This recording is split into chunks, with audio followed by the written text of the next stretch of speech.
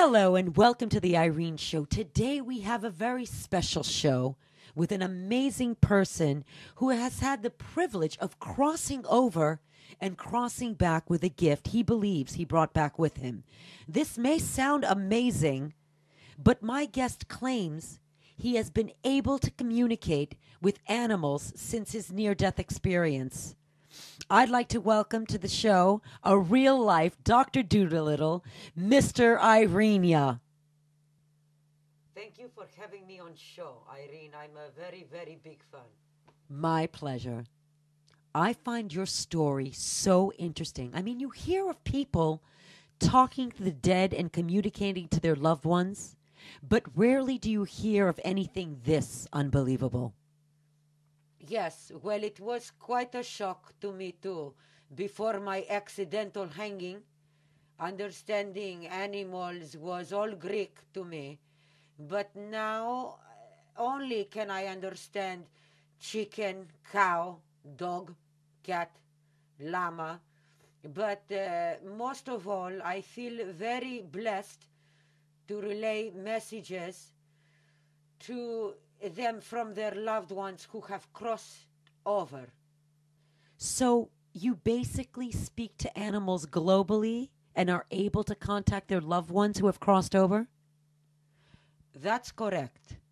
It was right after my accidental hanging. I was a construction worker before my accident. I was painting the side of a building anyway. Long story short, I got tangled up in some ropes and hung myself. Last thing I remember hearing was a dog barking, and the barking became faint, and I saw this bright light. Next thing you know, the barking was loud again, only this time I could understand every word. My co-workers untangled me from these ropes, and the dog barked, clear as daylight. He needs oxygen, you idiots. Look at him, he's turning blue. At first I thought I was dead, but I could smell the alcohol on my co-worker's breath, so I knew I was alive. Then I thought I had brain tumor, but I went to the doctor and they found nothing. Amazing. So how did you finally adjust to the fact that something peculiar happened to you as a result of your accidental hanging? Well, it wasn't easy. I thought I was losing my mind. It was very distracting at first, but it was realized soon it was a blessing. It opened my eyes and changed me forever. How has it specifically changed your life? Well, for starters, I thought my cat and I had a great relationship. But I realized she thought I smelled really bad and thought I was cheap. And she was right. She was right. I also never realized my cat was allergic to salmon. You think salmon cat salmon. No. She was highly allergic to salmon. And she was having an allergic-related asthma attack when I thought she was trying to cough up a fur ball and could have been fatal. Now we're closer than ever. Also, before my gift from the other side, I was carnivore. I used to eat meat. I'm 100% vegetarian. I can't even believe I ever eat meat. I can't. It's like eating a person, no different. Let's hope you never have another accidental death and come back speaking fluent vegetable.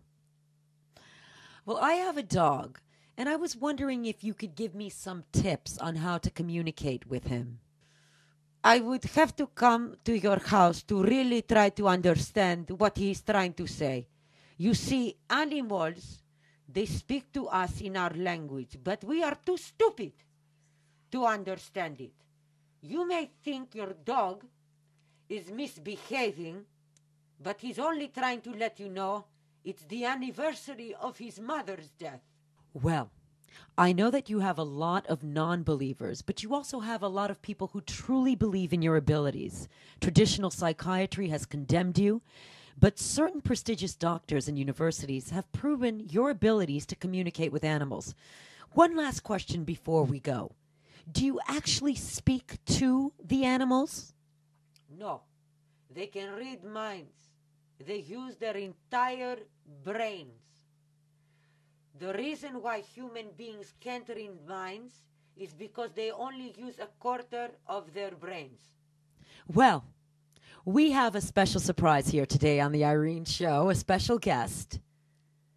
We brought in a little friend that you might communicate with.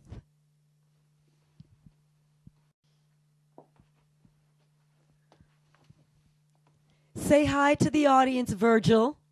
Well, Mr. Irenia, I'd like you to meet Virgil. It's very sad what happened to this bird. He was survivor of tsunami. He tried to swim and he scratched his own eye out. And he ate it because there was no food.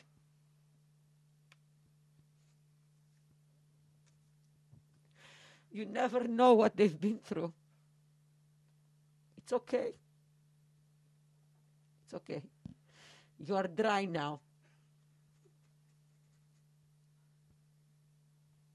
You're home. Well, thank you so much for being on the show today, and I look forward to you visiting my dog real soon. I'd like to thank everybody for tuning in, and remember, a mind is a terrible thing to waste.